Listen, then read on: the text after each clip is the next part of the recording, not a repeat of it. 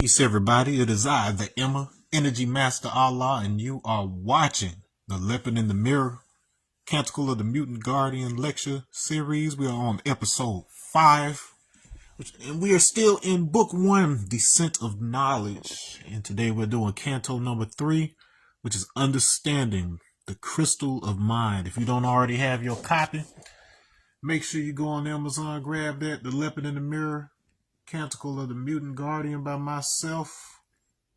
Available on Amazon, possibly some other platforms. That joint right there. Ain't showing y'all the back of the joint. Boom, boom, boom. Legitimate. Alright. And as always, you know I'm recording these first on Facebook Live, and then I will post them onto YouTube. And we will be reading the canto, and then I'll be going through it section by section after I am done reading. So let's go ahead and get into it. Okay. Oh, before we get busy, if you are watching on YouTube, make sure you like and subscribe. Comment, let me know what you think, or if you need to ask questions, go ahead and do that. All right, here we go. Canto 3, Understanding the Crystal of Mind. When knowledge met wisdom, a third thing stirred between them, not a child, but a mirror. In its surface, I saw myself twice over, once as the man I had been, and again as the one I was becoming. Between them shimmered a question. Can light see itself without something to shine upon? The world around me grew quiet. Rhythm slowed. Frequency stretched out into chords that pulsed like breathing. I stood inside the sound of my own heartbeat, and the walls of perception turned to glass.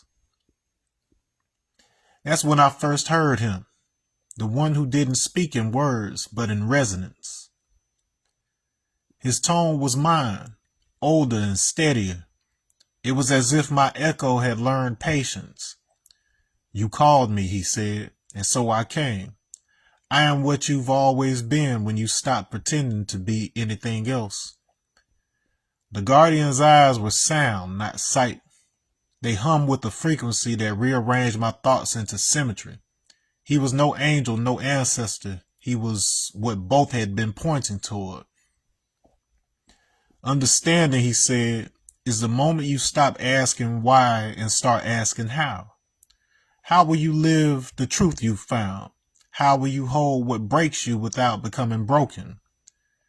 His words folded into me like a seed into soil. They grew vines that reached backward through every mistake I had made, binding them into meaning. I saw that every loss had been an unanswered prayer for maturity. The Guardian lifted his hand where his palm turned upward. My memories rose as light. Old lovers, late nights, childhood fears like dust motes, dancing in a beam of realization. Nothing was wasted, only untranslated. You were never lost, he said, only busy building roads that you already knew how to walk. And in that sentence, something broke. A good breaking, like dawn splitting night. The heart's architecture realigned. Knowledge became structure. Wisdom became movement, and understanding became sight. The trinity of self unfolded like breath. I saw the pattern that my ancestors had carved in wind and drum, that every rhythm is a spiral, and every fall is just the next step in an unseen dance. When I opened my eyes, the Guardian was gone, but his hum remained, a steady tone beneath all things, teaching me to listen for the shape of silence. Yep. All right, boom. Ends on page 36 chambers right here. All right, let me bring it back up, bring it back up to the top. Don't stop. Bow, bow, bow. All right. So this canto is all about the understanding. So of course the last two were knowledge and wisdom, representing the man and the woman, and understanding is about the child archetype. But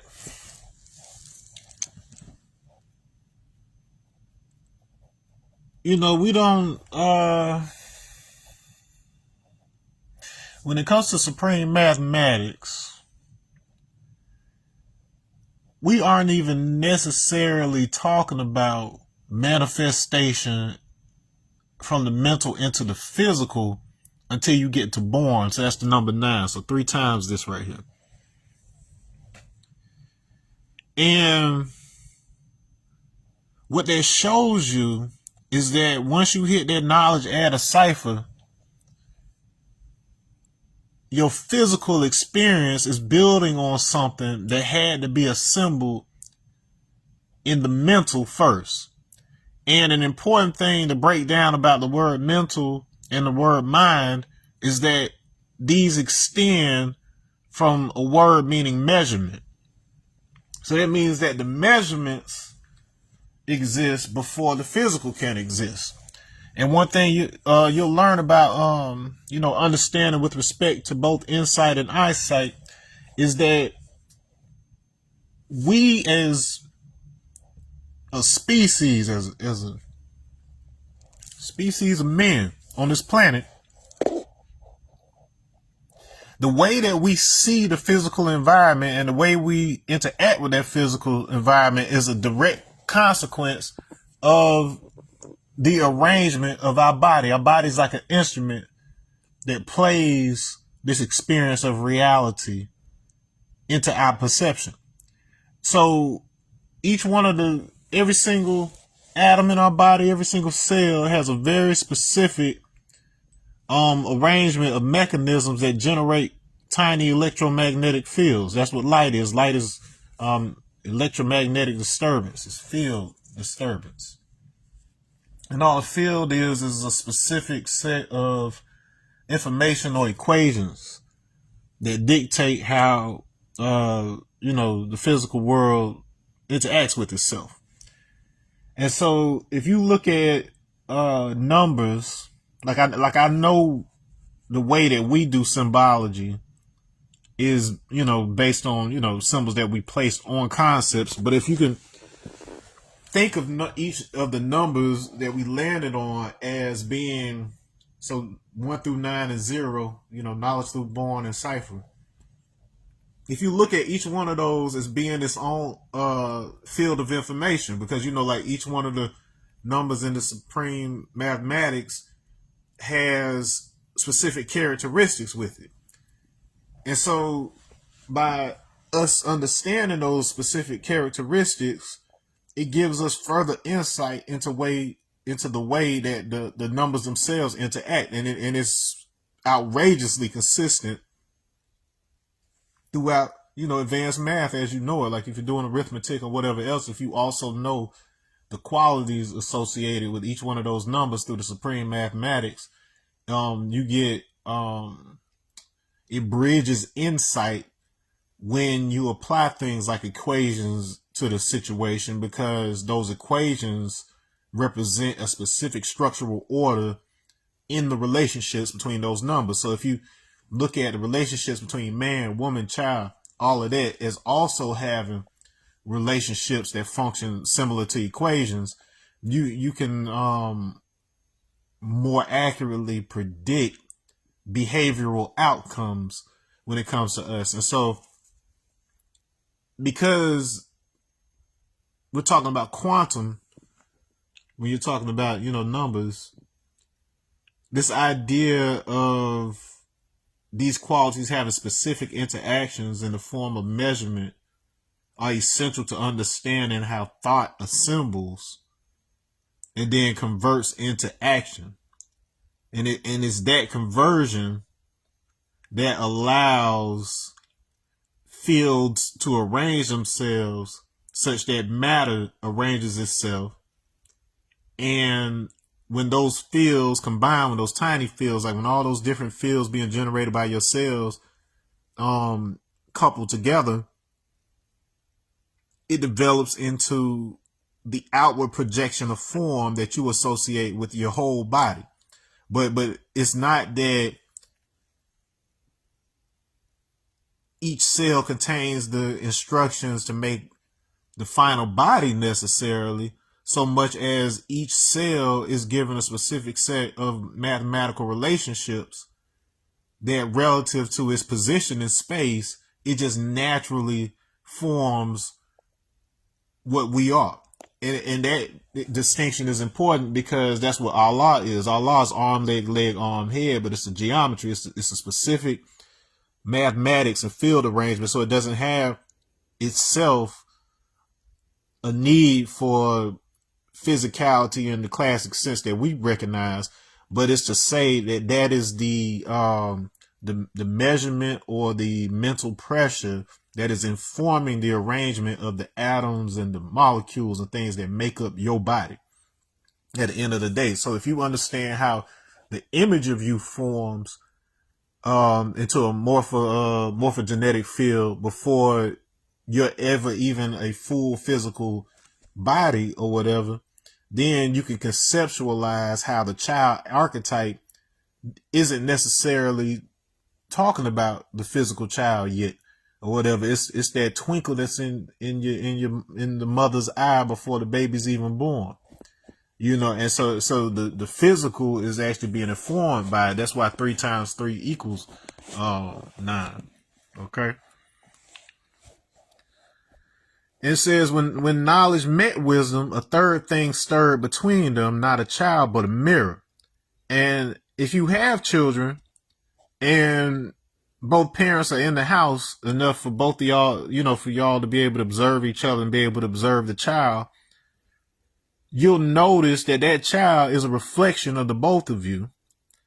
But they're a special type of mirror because they're essentially showing you what happens when you and your spouse or you know, your partner are in superposition with one another. When you occupy the same space and you're operating the same mental space, how do those two polarities associated with each of your personalities, how do they interact as a single person? You know, if y'all are already harmonized and balanced, you know what I'm saying, the natural consequence is that the momentum of the child is to have similar harmony and balance. But if you two are two conflicting personalities, you will oftentimes see that manifest as internal conflict for the child. All right. So this is one of the reasons why when you build your solar system, which is to keep the sun, moon, and star, the man, woman, and child, you know, together. Oh, namaste, Prince. Yeah, I've been talking a lot about South India lately. I don't know so much in this particular talk, but yeah, I definitely thought about you, man. I have to send you a message. All right, but anyways, so that dynamic of the sun, moon, and star, the man, woman, and child, there's a certain mathematical order that is associated with that. And if you understand how that works on the internal level with regards to knowledge, wisdom, and understanding, and I guess you could map that also onto Pingala, Ida, and Sushumna. You know, you have to have that balance between the mother and the father in order for that image of the child to become clear at the end of the day. So it's a manifestation of it. And I can also bridge that concept to binaural beats.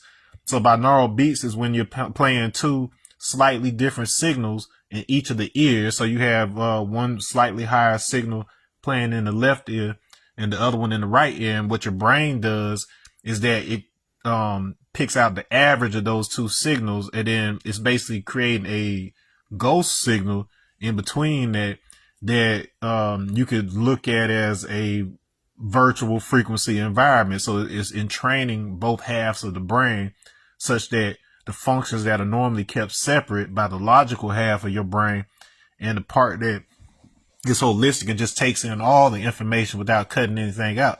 When those two sides interact, you're able to actually gain an image of information that, you know, your brain would otherwise filter out. And then that's essential to the process by which you dream and that you have out of body experiences. All right. In its surface, I saw myself twice over, once as the man I had been and again as the one I was becoming.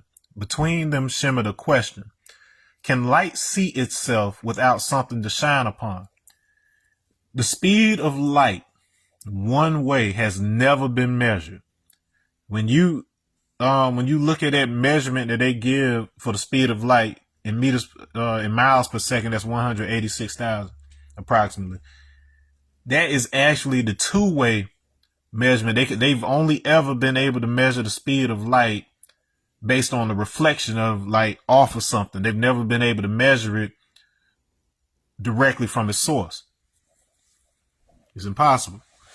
Okay, and so that goes to show you how important the thing that's being hit by the light is itself in determining what the speed of light is. Okay, it's the thing that's imposing the limitation. Okay, and so going again with this imagery of the mirror, the child being a mirror, that child as a presence is the intersection between your past and their future. So, you know, God willing, they'll still live on after you're gone, but their very makeup is essentially the product, like from at the time of inception, they are the product of choices that you made before, you know, they were made. So different choices that you made to your health and environment, mentality, the ways that you chose to interact with that mother, all of those things are converging when that child is being made. Now, after that child, you know, is an independent, you know, being and whatnot, you know, they can make choices of what they want to do with their karma they inherited from you. But at the end of the day, your responsibility is in understanding that you just passed a copy of yourself and the mother just passed a copy of themselves onto that child. And then that information has to work itself out in such a way to where that child is able to understand themselves and, you know, and be successful. And so they kind of, well, not just kind of, but they really rely on being able to see themselves in the both of you in order to help sort through that inherited baggage and then be able to craft for themselves, you know, what, you know, kind of reality they want to have for themselves on top of that. Okay. The world around me grew quiet. Rhythm slowed. Frequency stretched into chords that pulsed like breathing. I stood inside the sound of my own heartbeat, and the walls of perception turned to glass. So this is actually, I know it sounds like super poetic, but it's actually quite literal. Because this is a poeticization of my actual first major controlled out of body experience. So if you've been, you know, watching me for a while, you know that a large part of the completion of this book and my journey over the past couple of years has related to, you know, training I received on how to have out of body experiences. Now, leading up to that point, I was already well into a 6-month mandala of Shambhavi Mahamudra training with Sadhguru. And so as I was getting closer to the end of that 6-month period, I started having out of body experiences, like, you know, spontaneously, like not even realizing I'm out. Like I would lay down in the room. I would think I hear my child crying in the other room and I would get up to go check on him. And then, you know, look back and realize my body was still in the bed and then just like be startled and wake up. But once I actually received formal training in that regard or whatever, being able to get over that, you know, that thing that shocks you and makes you pop back in, and actually being able to set an intention and be able to retrieve, I was able to do things like retrieve information that I didn't know. Like I told you in one video how I wanted to go to Uganda, never been to Uganda, didn't know much about it, but I kept seeing this one particular unique bird over and over while I was in the, out of body. And then once I woke up, actually Googled the description of this bird, I came to find out it was the state bird of Uganda, and it appears on their flag. It's a particular type of crane. All right. And so I've done that on enough occasions because, I experiment. I'm a scientist. So I'm trying to see like, okay, well, is this just something that's in my head, or am I able to actually interact with information from this space? And so that's essentially what I've been investigating for the past couple of years. Just like, no doubt that it exists, but just, understanding what the nature of it is besides what we've been told. Like, is there any insight that I can bring uniquely to it? And so when going into that state, because of that entrainment, it's kind of like focusing inward kind of has you become, I don't want to use the word hypnotized, but I guess that might be an accurate word for it. But when you quiet the mind and the body, there are certain operations in the body that are still happening on their own without you controlling it, like your heart. And when you allow your breath to go on autopilot and all that, your cells, all of these things are doing all sorts of activities that don't require you to consciously control them. And all of those things are essentially run by the reptilian brain. So that's basically the more primitive part of the brain stem that contains like all of your survival instincts. And so as a result, what happens when you're going into that sleep state, when you're switching over from conscious to unconscious like that, and going into REM sleep, normally you're not supposed to be, aware during that state. And so a lot of the activity that's happening during that time, that's what's generating experiences like when people say like they were in like sleep paralysis and it looked like they had gray aliens in their room and stuff like that. That's REM state activity. And so once you come to realize that all of these things are happening inside of you, and the mechanism that you use in order to project reality in the first place is tied to those same types of signals, you're able to have more control over that fear response and then be able to get past it. And so once you get past that, you start to realize that there is no real separation between the physical and the spiritual world. It's just that we have a filter that determines what things we can and cannot interact with during our waking life. And as humans have made waking life more complicated, the information becomes more complicated, and we become less and less connected to the baseline signals and information that we gathered over the course of at least 200,000 years through isolation in Africa. What ends up happening is events that cause us to develop at different rates and in different directions. Like when certain people got isolated in like the mountains in Europe, and certain people got isolated in refugia or caves or whatever else in the East, and so on and so forth. Whenever you have controlled breeding situations like that, or even worse, if like, let's say you have like a empire where royal families only breed among a small pool of, genetics, what happens is you accelerate certain developments in the body at a rate that is not coordinated with field coherence with the earth. And so there's a certain timing that things unfold. Like when you look at nature, there's a certain timing for things to unfold. And so when you do things natural and have a natural progression, there's a certain number of steps, a certain timing that is still contained within the fields of the body. And so if somebody can arrive at a similar physical conclusion on the surface, so like, for instance, perfect example, there's certain ways that the hippocampus part of our brain maps reality and maps space and maps language that people who have the E or D haplogroup, the male haplogroup, got through something called ALU insertion. So YAP plus ALU insertion, something that happened tens of thousands of years ago, and it basically inserted like 300 base pairs into our genome that help to regulate, how we perceive reality. Well, people who had migrated out of the African continent or whatever, there was admixture with Neanderthals and Denisovans. So anybody who doesn't have DE haplogroup for the most part is YAP negative, meaning that however they developed that perceptual mechanism, it came directly from breeding with the Neanderthals, not from developing through that allu insertion event.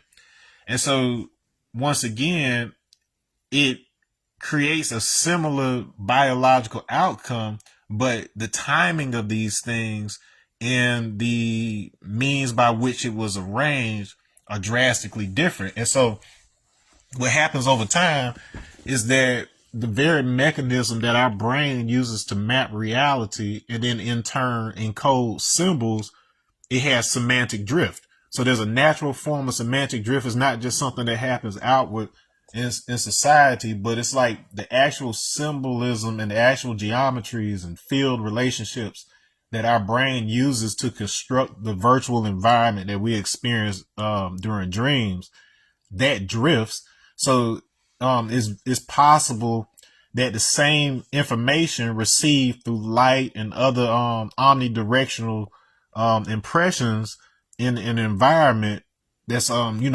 naturally causing environmental pressures that affect the way that the DNA develops, you may be getting an entirely different filter for that information. So it's like, whereas you'll have like channelers and stuff who have experiences where it's like in the form of like different types, like extraterrestrials, whether it be like reptilian beings or gray aliens, whatever else. If you have sufficient alignment with those groups that that preceded the big shift about 50,000 years ago, so like whatever phenotypes and things of that nature were in place for over 200,000 years before the separation that happened 50,000 years ago, the people who are most strongly tied into those genetics have the more stable, naturally developed field information still, or phase information still stored in their DNA or whatever. So this is why you had shamanic and like yogic practices that were developed specifically to be able to access that information from the cells. And it is basically facilitated by geometric alignment of the body and stuff. And so that's how you end up with the different asanas and different vibratory techniques. But then on the continent, we also had specific herbs, specific plants. But once again, you don't want to be too dependent on an external physical factor if you're going to end up migrating them things. So you may not have that same plant available where you end up settling. And so we needed a portable technology, if you will, so that we could activate those same ways of reconnecting with the original information and being able to filter out the semantic drift. And so that's at the center of probably like the most important practices that you can perform on this planet as a human being in order to be able to recognize your actual divinity as something that is physical, practical, and applicable, as opposed to something you just understand abstractly with the mind. All right, and so like it's literally like I said, so frequency stretched in the chords. I stood aside the sound of my own heartbeat. Walls of perception turned to glass. Yeah. So that pretty much explains like what it's like coming out of the body, and then actually being able to see like more of the information is more vivid. You can light up the room. You can there's parts of it that are stable and clearly not being controlled by your conscious mind, but then you can make conscious decisions that it's just like a hybrid reality, if you will. It's a mix between your dream reality and your real reality, such that you have the ability to interface with the stable information that's embedded within you. All right, so that's when I first heard him, the one who didn't speak in words but in resonance. His tone was mine, older and steadier. It was as if my echo had learned patience. So I did not learn the concept of a chi, not chi simply as like, the life force concept in like qigong or tai chi. I was very familiar with that beforehand, but the concept of a chi in the context of Odinala in Nigeria, I was not aware of this before this out of body experience. But what happened, when the targeting for the training that I was doing at the time, one of the first things that we, well, not exactly the first, because one of the first things we did was just like try to have like a friend like write a number on a piece of paper, leave it somewhere, and then while you're out of body, try to see if you can read the paper and all that. That was the early stuff. But after that leg of the training, we were supposed to connect with our higher self. So we're supposed to connect with our higher self, get a chance to peer into our own records and ancestry, and just like know why are we here, like what is our specific purpose for being here. And so when a lot of people, because of the way we've been conditioned in the West, oftentimes they will see that thing as either an angel, or some people, they'll even like, especially if it's like a near death experience where they don't really have that much time, it may appear to them as like Jesus, like it'll appear as some kind of familiar figure. It's not to say that you're running into that particular person. It's to say that whatever information that you're receiving, your brain is using that particular imagery to try to translate it to you. Like that's the best thing available in your lexicon for your brain to be able to translate that information to you. And once you understand that concept, you begin to realize that that's pretty much how our entire reality works. Like there's certain physical motifs that are consistent and repeated throughout nature, because that is the way that our measurement mechanism that controls our senses interprets that information. So it's all just field information around you, but your brain is arranging it into pictures for you. It's turning those signals into what you perceive as your physical reality. Whatever, it doesn't make it fake, real, whatever else. All it means is your brain plays a role in arranging the information in a specific way. Okay, but anyway, so and the reason I'm calling it a chi is because after this experience, I had to jump on the internet and like describe it the way that I experienced it to see who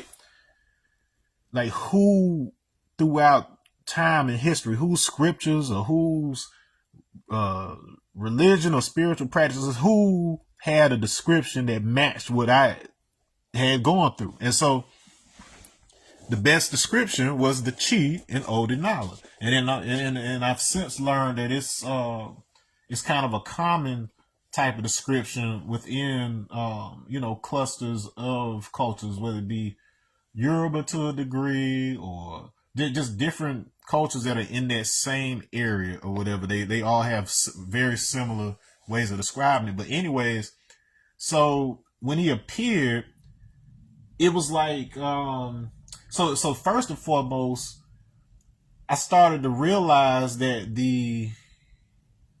not the air of the room, but it's like the room is filled with a substance. So we'll call this Akashic substance. They talk about this in in the Vedic teachings and whatnot. But essentially what it is, it's like because you're in a more subtle state, you're like in like a light body state when you're outside of your body. It's essentially a electromagnetic experience. Because of that, I always compare this to how, so in the SpongeBob cartoon, they are already underwater. So they move through water the way we move through air. So it's like if they want to go to the beach and go surfing or swimming or something like that, they have to go to the goo lagoon. It's made out of a goo that is more dense than the water that they naturally walk through. So that's essentially the same thing we do. There's there's water all around you in the air, but it's so thin that, you don't see it. You don't really think about it until like the humidity messes up your hair or something. but there's water everywhere. But the water that we see when we go to the lake or when we go to the beach or something like that is more dense. It is in the liquid state instead of its gaseous state. So you're able to interact with it differently from the moisture that's in the air. Okay, so similarly, when you're out of the body, because you're so subtle, you're actually interacting with the fields of space in a way to where they occur almost kind of like a fluid or whatever. So you're able to do things like hover, you're able to just do a lot more than you're able to do with this heavy physical body that you have. And so, and then this substance is basically full of sound. It's almost like sound and light aren't necessarily differentiated. So it's like you're hearing the stuff flow, but it's like, it's kind of putting the image of like, the notes are like colors kind of. So it's like, it's almost like a rainbow, like, but you're feeling it. So it's like when you're in that state, the senses aren't nearly as separated and differentiated from each other. So you just kind of feel it all as one thing.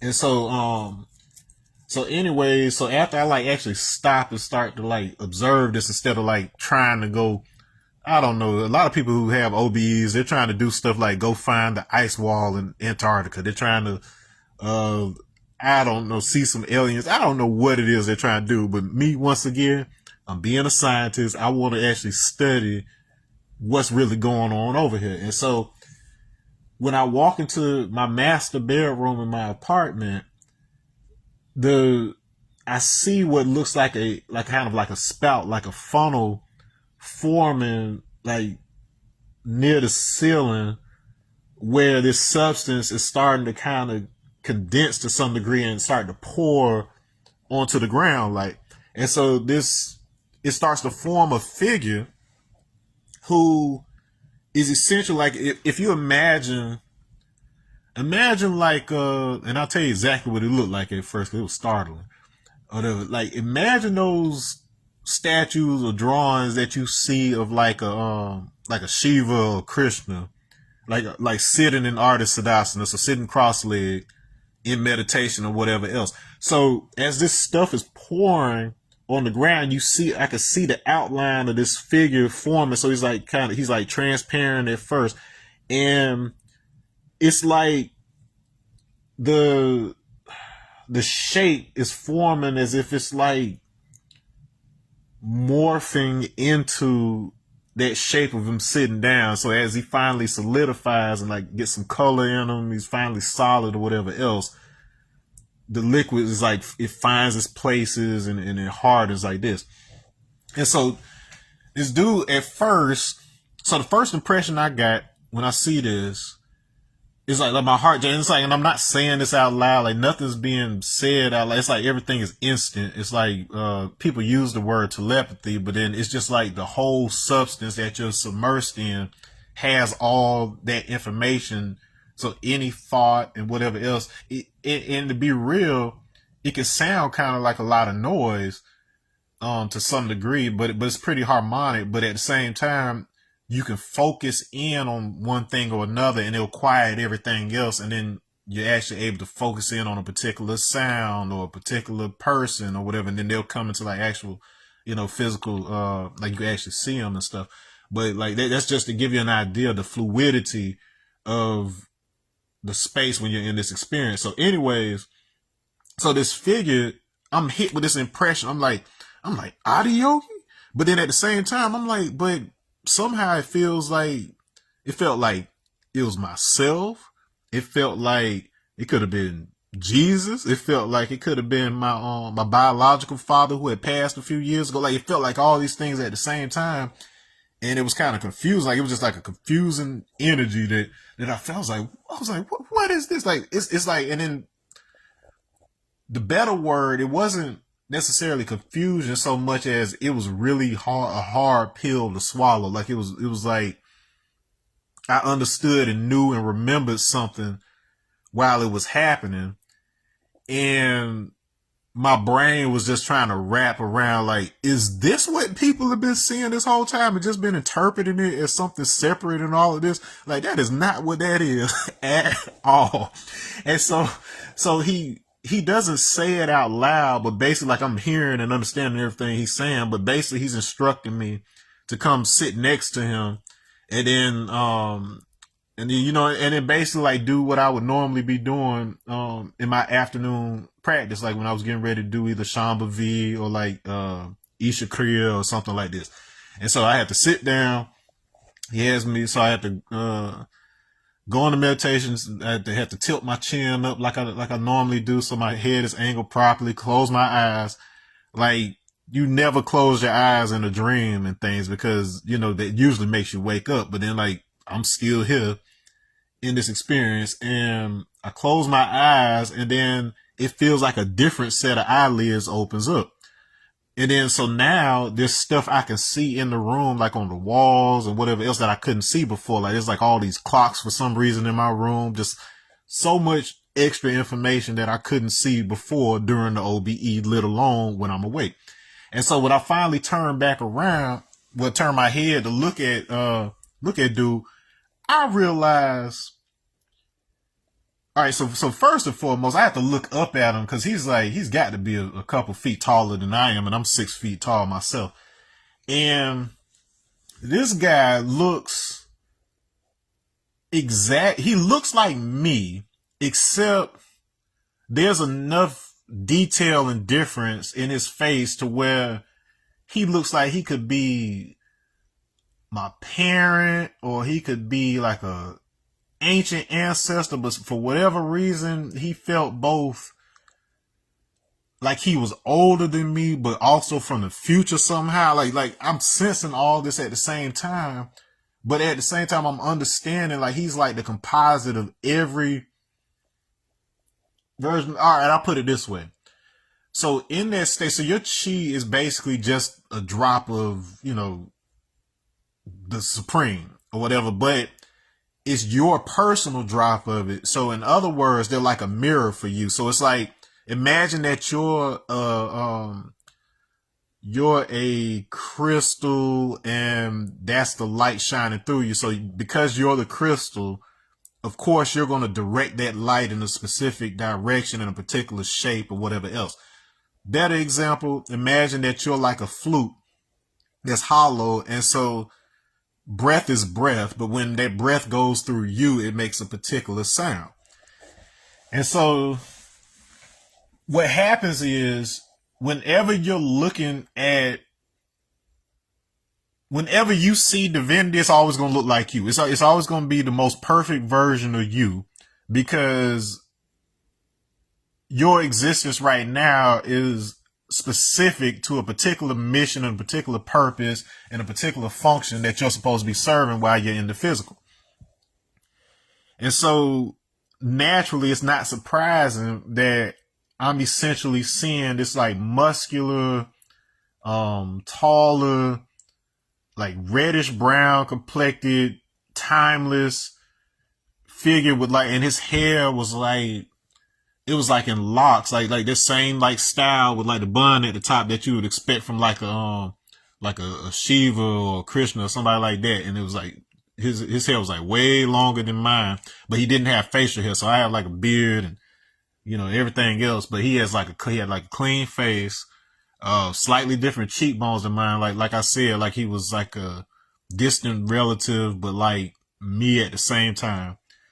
And so he basically gives like in a moment, like this whole experience couldn't have been longer than 15 minutes, but it's like the amount of information that he's transferring to me. It feels like we were talking for hours, and basically it's like this lecture about how, all the information about, where we come from and all these different things, it's like we already have it, but the language is screwed up. Like the symbols and stuff we're using to interpret it and everything else is basically how everybody thinks they're saying something different. Why they think, Christianity, Islam, Hinduism, whatever else, they think everybody's saying something different from each other and whatnot. But it's the same story because we had the same source of language. So the language itself has the field information that causes it to self-organize in specific ways or whatever else. And so if we are able to clean up the language by essentially learning how to quiet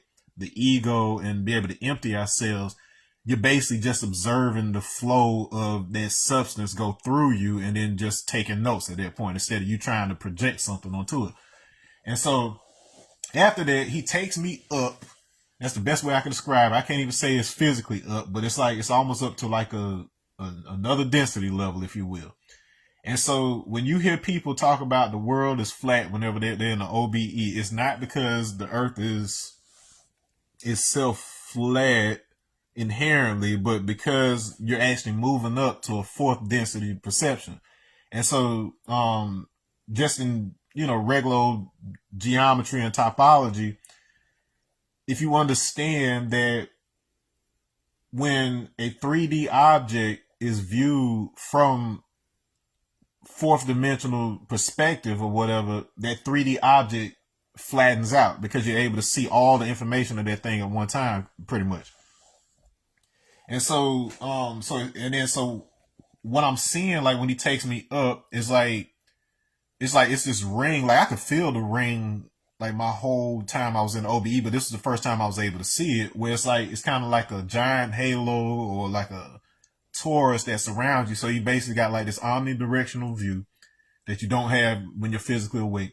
And so within it, all those like different voices I had heard like throughout the OBE that would like guide them, but now I can actually see them. And so it was like these rows and rows as far out as I could see of people who look somewhat similar to my chi, like the same figure stretching out from as far, and then I instantly recognized that they were like my family, like they were ancestors, they were folks that hadn't even come yet. Like time did not matter wherever this was, and I instantly like recognized and knew all of this stories, like all this information is like we're just all on one shared network basically.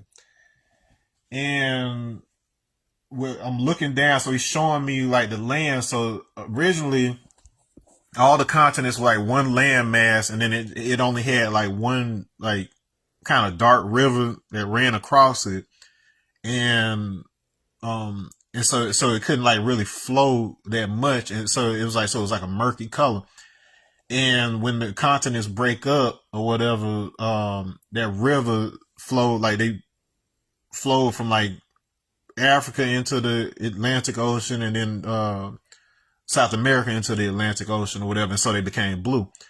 But when the whole thing is together, essentially that's the exact same thing that happens when we're just a zygote, when we're just an embryo, a cell. Like all of our melanin concentrates in like a single line, and then everything spreads out from that symmetry from there. And so he was basically showing me that like the Earth works the exact same way or whatever. So it's like, so the land mass emerges as if it's like an embryo, and then eventually turns, like if you look at pictures of Pangea, it kind of looks like a fetus upside down in the womb. So it basically develops the same way, then eventually breaks apart and so on and so forth.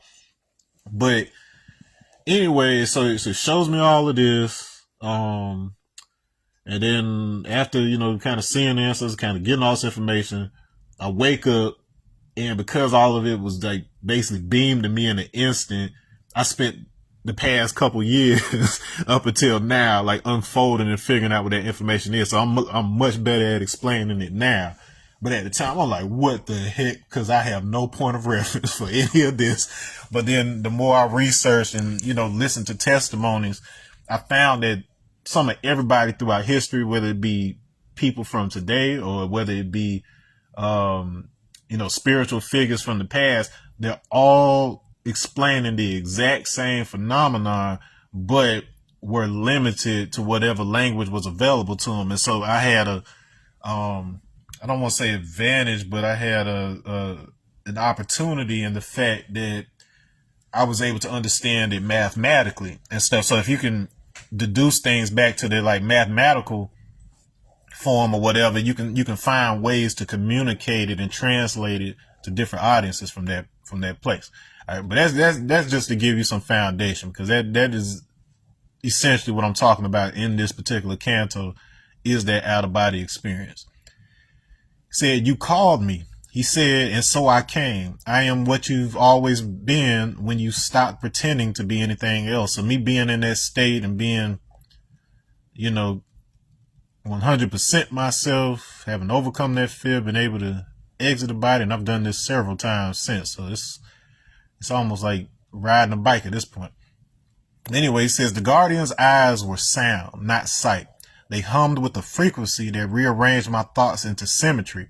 He was no angel, no ancestor. He was what both had been pointing towards." So once again, because of my training and my willingness to engage with a wide variety of spiritual practices and cultures and languages and that nature, my subconscious mind had a lot more tools available to it to give me a more accurate and clearer picture of what I was seeing. So that's how I was able to look at the chi and realize it was like a double of myself, not necessarily some external being.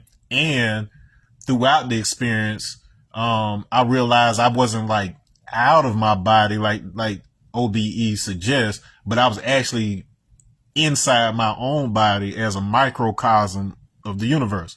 So everything that I perceive as being outside of myself while I'm awake, all of that is electrical signals happening inside my body. So it's almost like you're just shrinking down to like cellular size. And when you get small enough, like basically the thought I had when I was doing it was like, let me shrink down to whatever size I would have to be in order for my body to be proportionally the size of the universe in my perspective. Like that was the thought that finally helped me to have a successful OBE. All right. And so he says, and so it captures that concept of the frequency of sight and sound being coupled. They don't feel like two separate senses when you're over there. It's all together. It's all one thing. All right. Understanding, he said, is the moment you stop asking why and start asking how. So understanding in supreme mathematics is the mental picture one draws from knowledge and wisdom to see things for what they are and not what they seem to be. Understanding is symbolic of the child. So the child archetype, whether it be Jesus, whether it be Horus/Heru, or whatever else, like as far as the eye can see, that's what the child concept is talking about. It's talking about where observation intersects with ways, words, actions, in order to basically shape the field into thoughts and image that you can understand clearly. And so it does require for you to have both stable knowledge and stable wisdom in order to have a clear understanding. Just like it takes a stable father who knows himself, a stable mother who knows herself and is whole and complete unto herself, coming together to, have the tools that are necessary in order to give their child what they need from you. Right? How will you live the truth you found? How will you hold what breaks you without becoming broken? So this is doing a little bit of foreshadowing, because at least as far as the canto goes, I've not yet lost my son. So I haven't gotten to that part in this story, but my OBE happened after, my controlled OBE and the training itself didn't happen until months after, my son had passed. And so it's kind of holographically capturing that in the language of this particular canticle. And so what was happening in retrospect is that, Sadhguru has a thing that he says where, like, after you've tried everything else, then yoga. And there's an actual, like, Sanskrit phrase that captures that, then yoga. And it's basically to say that because yoga itself means to join, to unite, to fast and bind, things like that, what it's saying is you're supposed to collect all of that experience and information throughout life, and then the practices associated with yoga are essentially designed to integrate that information, because it's the form that information takes when you're properly aligned that actually creates the lens through which you can see what is really so. Okay, so it's basically just like you collecting all the evidence before you make a conclusion on something. And so that naturally means you have to be open to, other people's cultures and things of that nature first, so you can get that information, not judging the way that they've chosen to describe that information, but getting all of that information so you can hold them up to each other and say, oh, okay, here's the common theme here. Here's the common threads. That's essentially what yoga is doing on a more physical and higher mental level, in order to give you access to observing the spiritual process as if you're turning your eyeballs inward. Okay, and so I say all that to say that through that process, I was actually piecing together the experiences and the different hurt and just everything that I experienced in the past. It was starting to come together in a way that didn't seem like separate and disjointed events, but allowed me to see the geometry of why that particular path of things was happening. And so there was like an element of prediction that started to kick in with me after that point, because once I could kind of see the geometry of how my life played out, I started to understand like different feelings and intuitions I had had throughout the years that had led me to certain things happening, and even my body taking the reins when it knew that I was on a particular path or whatever else. Because like I tell the story all the time about how I met George Clinton, and then I actually have a chapter that's that talks about him in here. But when I met him, I was supposed to go to the mall in Tallahassee that Friday with my grandparents, but I ended up getting sick. And so we ended up going the next morning instead. And then when I walked into the men's section at Dillard's in the mall, George Clinton just happened to be standing there. So if I had actually gone the day before, then I wouldn't have been there with him, and I wouldn't have ended up working with him and everything else that came along with it. So it's like, so that's kind of what these practices ultimately end up directing you toward, to where you can see the geometry of your very existence. And then you can have more clarity on what your destiny and your purpose is, so you're not out here just floundering and experimenting all the time. You actually know what your path is, and then you either choose to walk it or not. It's a lot easier to go along with it. I'll tell you that much, because you designed it for yourself before you came into this reality. His words folded into me like a seed into soil. They grew vines that reached backward through every mistake I'd made, binding them into meaning. I saw that every loss had been an unanswered prayer for maturity. So things do not happen to you, they happen for you. I don't care how good or bad they are. There's always happening for you.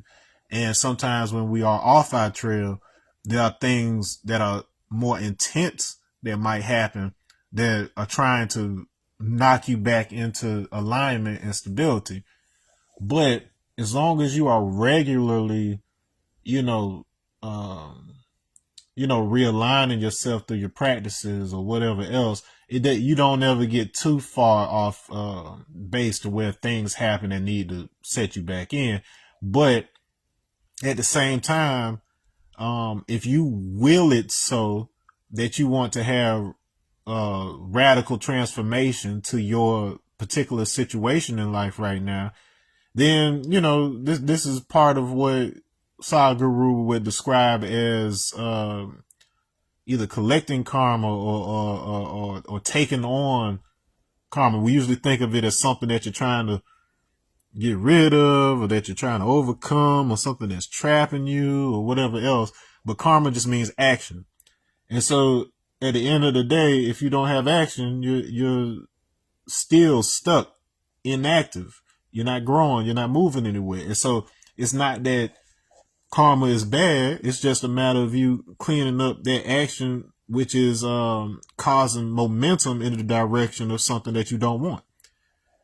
But if you're able to regulate that action, not just so that it's aligned with your desires, but that once you've gotten to a place of realization to where your desires naturally align with your purpose, you always, you're always fulfilled. Like you're naturally fulfilled. Like that's the innate urges that you came in programmed with. When those are aligned with the way that your desires are expressed, this is what's really meant by submission to God in the etymology of the word Muslim.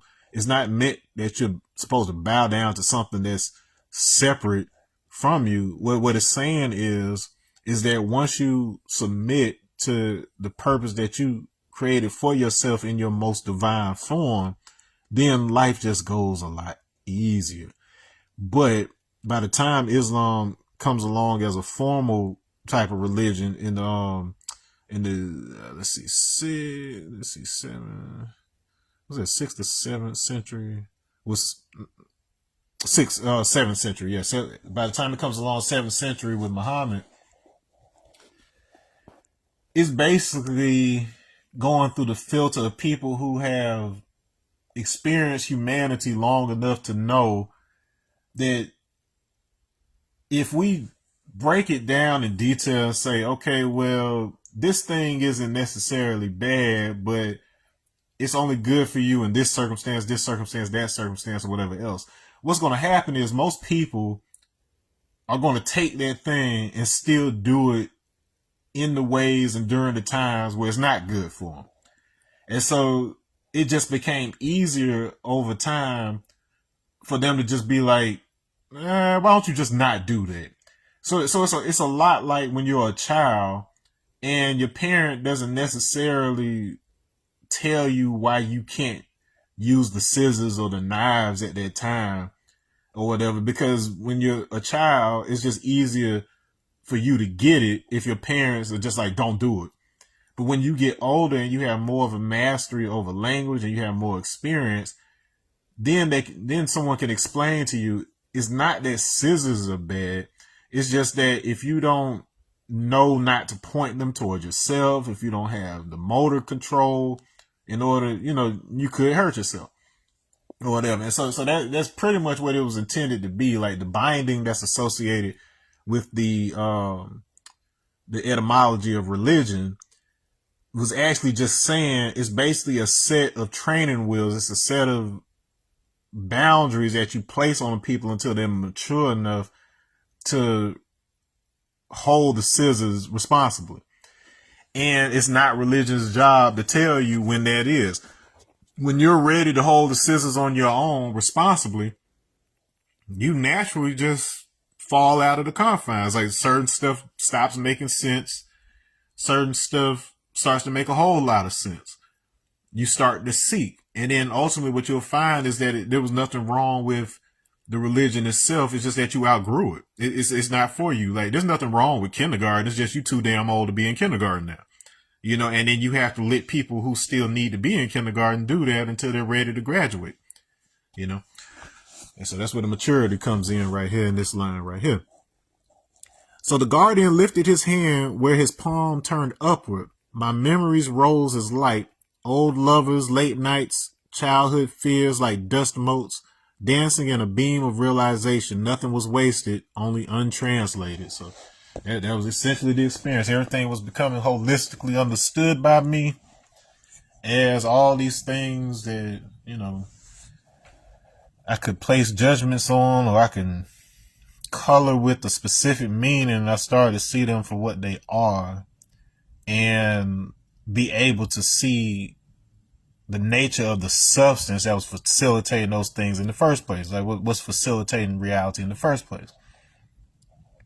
You were never lost, he said, only busy building roads that you already knew how to walk. So basically, a lot of the things I was doing in life, they weren't the wrong things. The only thing missing was awareness. Like I didn't necessarily know when I was doing something right or wrong. It was just, I was just doing the thing. And then I know it worked out sometimes it didn't work. But then once I actually had awareness to that, I could more accurately guide the process with it. That's how I ended up meeting Wu-Tang. I also talk about that a little bit in this book.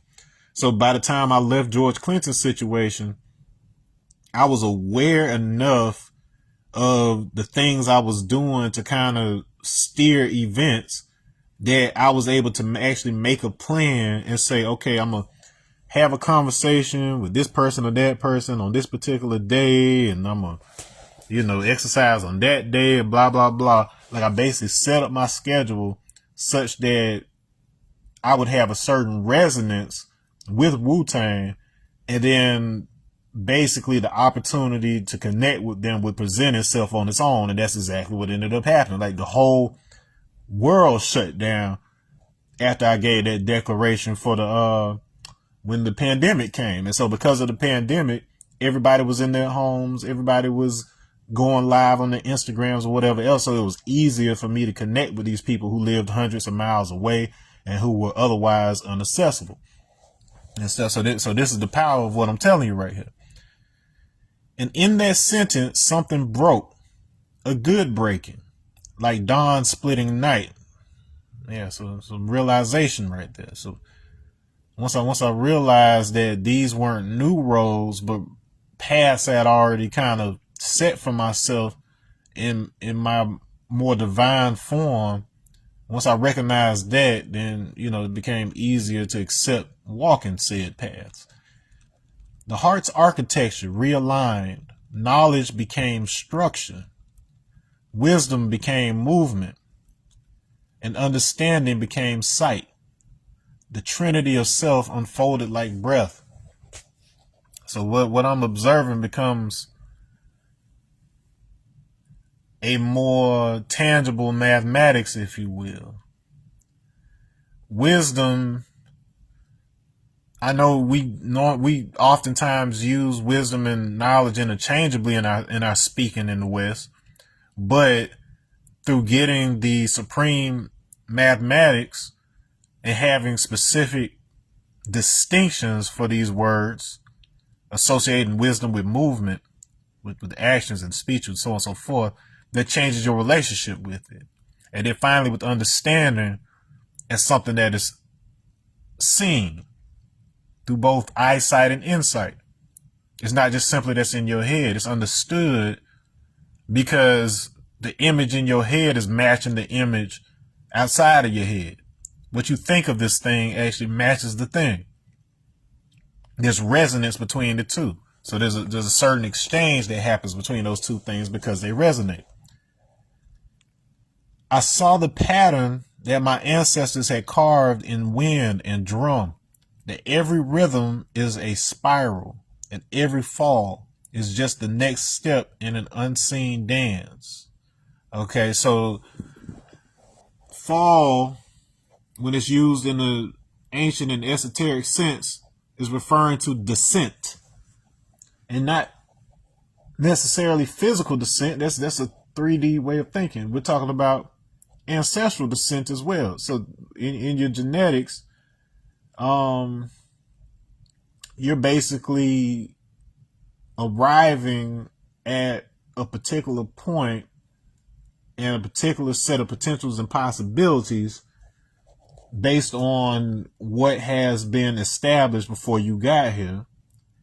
And you are accessing the cloud of probability in saying, how will you shape the past that is yet to come? So you're basically making possibilities solid so that those same possibilities can be returned to repeatedly at that point. Okay, and the pattern that is consistent throughout our bodies and throughout the cosmos is the golden ratio, basically. So the proportions of our body that allow us to have this particular type of existence is a mirror of the same geometries that organize space around us. So at the end of the day, we're Akashic beings. Like the reason that my chi appeared as if he was pouring out of that Akashic substance is because space isn't just simply space. It is atmosphere. It is breath. It is spirit. It is sky. So sky isn't just something that's over your head like a dome. Sky is within you, around you. It's all around you. And so similarly, heaven isn't just something that's up there, it's within you, and you hear that in like a metaphorical sense. But I'm saying it's literally a substance from which all physicality arises or whatever. So there's some scientific precedent for that sort of thing, like vacuum energy or whatever they want to describe it as. But if you're able to understand it as a hyper like super symmetric fluid or whatever that doesn't interact directly with the physical space in the way you would think, but it still informs the organization of objects in space. Like once you kind of understand it like that, you have more of a ground to stand on and understanding how our thoughts affect reality, how it sends ripples through those patterns. And so understanding your own body, the instrument, you understand how you specifically interact with that.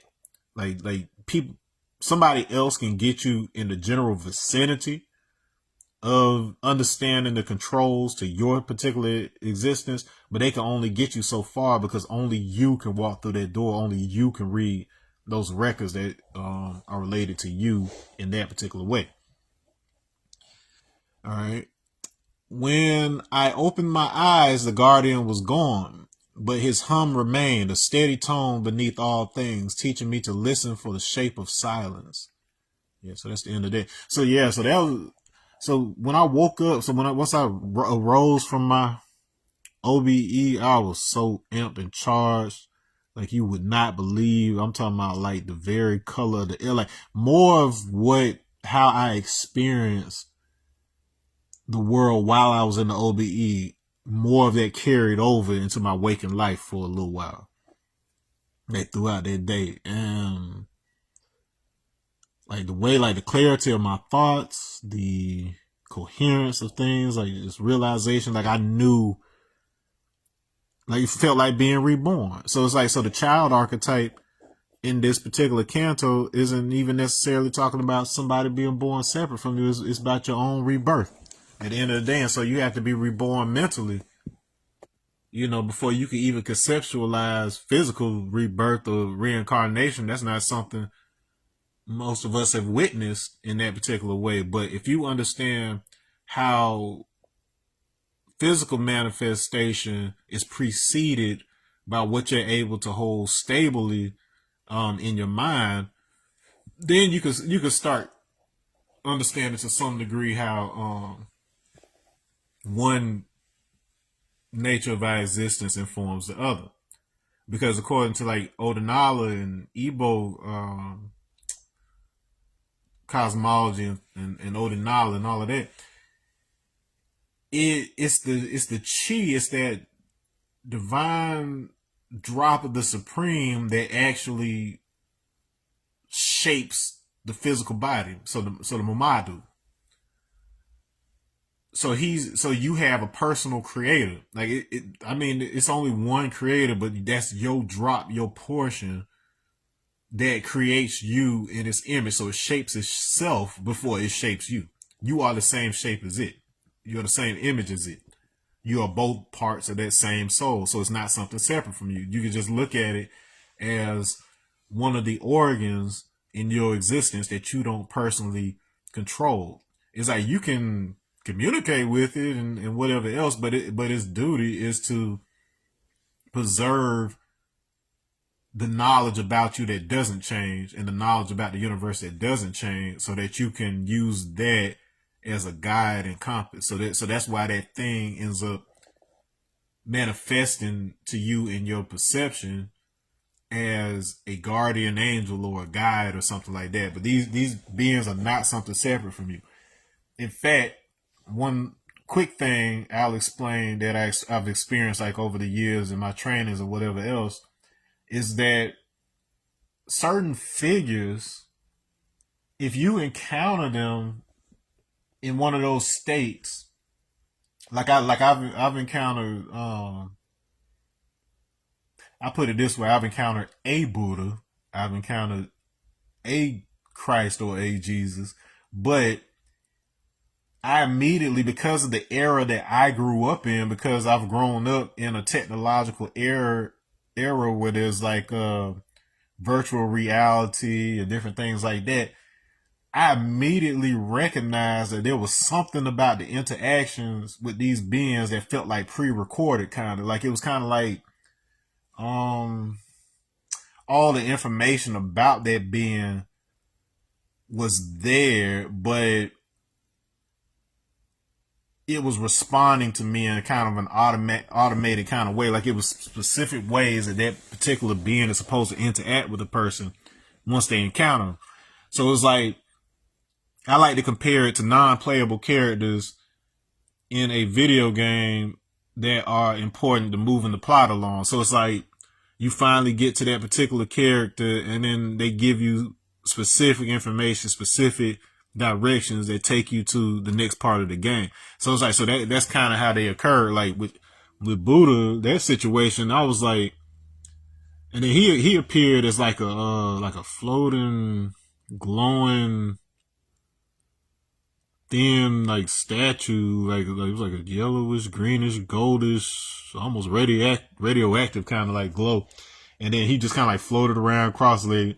And then he told me, so I was supposed to jump off of the mountain that we were on. Like it was like the snow covered mountain. I've been there like a couple times. Like in fact, it was because of that that particular, this was before out of body experiences. So this is probably like I'm like 50-60% conscious while this is happening or whatever. So it's more like lucid. And so during that state, I kept coming back to the same place. So that's how I ended up learning about Mount Kailash, like in Tibet or whatever. Like I had never heard of that before that. So it's like so I like you'll hear like the names of stuff like while you're doing stuff like this. And then and saying he referred to like it was translated when I heard like it was crystal, like crystal mudra. So it was like something that he said, but then I found out that Kailash means crystal. So it's like, so it was being translated when the information was given to me. But anyway, so I was supposed to jump off the edge. I wasn't scared. I was like, oh well, and it just jumped off. And so it was this whole thing I had to go through where like I was falling so long and so fast and then bottomless darkness that like I caught on fire. But then at some point I realized that the fire wasn't burning me. Like it was this whole thing. But after all was said and done, when I finally came out of it and realized like how we are the midpoint, we are the combination of all things, the combination of all elements. We are basically an Akashic being at the end of the day. Like the information is within us. It's not something that we're seeking outside of ourselves. It's like it's all contained within us because we're made of the substance of existence and stuff. But those types of experiences, once again, those beings, they occur as like a all-encompassing, like interactive hologram. And in a large way, when you die, like people are experiencing, like people who connect with you are kind of experiencing spirit in that kind of way. So it's like this potentiality field associated with you, like this 5-dimensional existence that has all the information about you and answers honestly, but through the filter of the person trying to interact with you. So all your information is still available in the field, and a well-trained person can interact with that information as if it's you. And those interactions do register in your memory. So if you were to incarnate again, when that information is coupled with the physical material of that body, through the right practices, you are able to re-access that field and that information. So it's like we're just like walking, talking computers, except it's not that we're made in the image of computers. Computers are just made in the image of us and stuff like that. But I'm not going to go too much further with that. In the next episode, of course, we will be getting into Canto IV, which will deal with culture or freedom, and it is the Leopard of Funk. So I just told you about how there's a section about George Clinton or inspired by my interactions with him. That is it. So I'll see you next time. Thanks for joining. Make sure you subscribe on YouTube. If you don't have the book, make sure you grab The Leopard in the Mirror, Canticle of the Mutant Guardian, today online by the Emma. All right, y'all. Peace.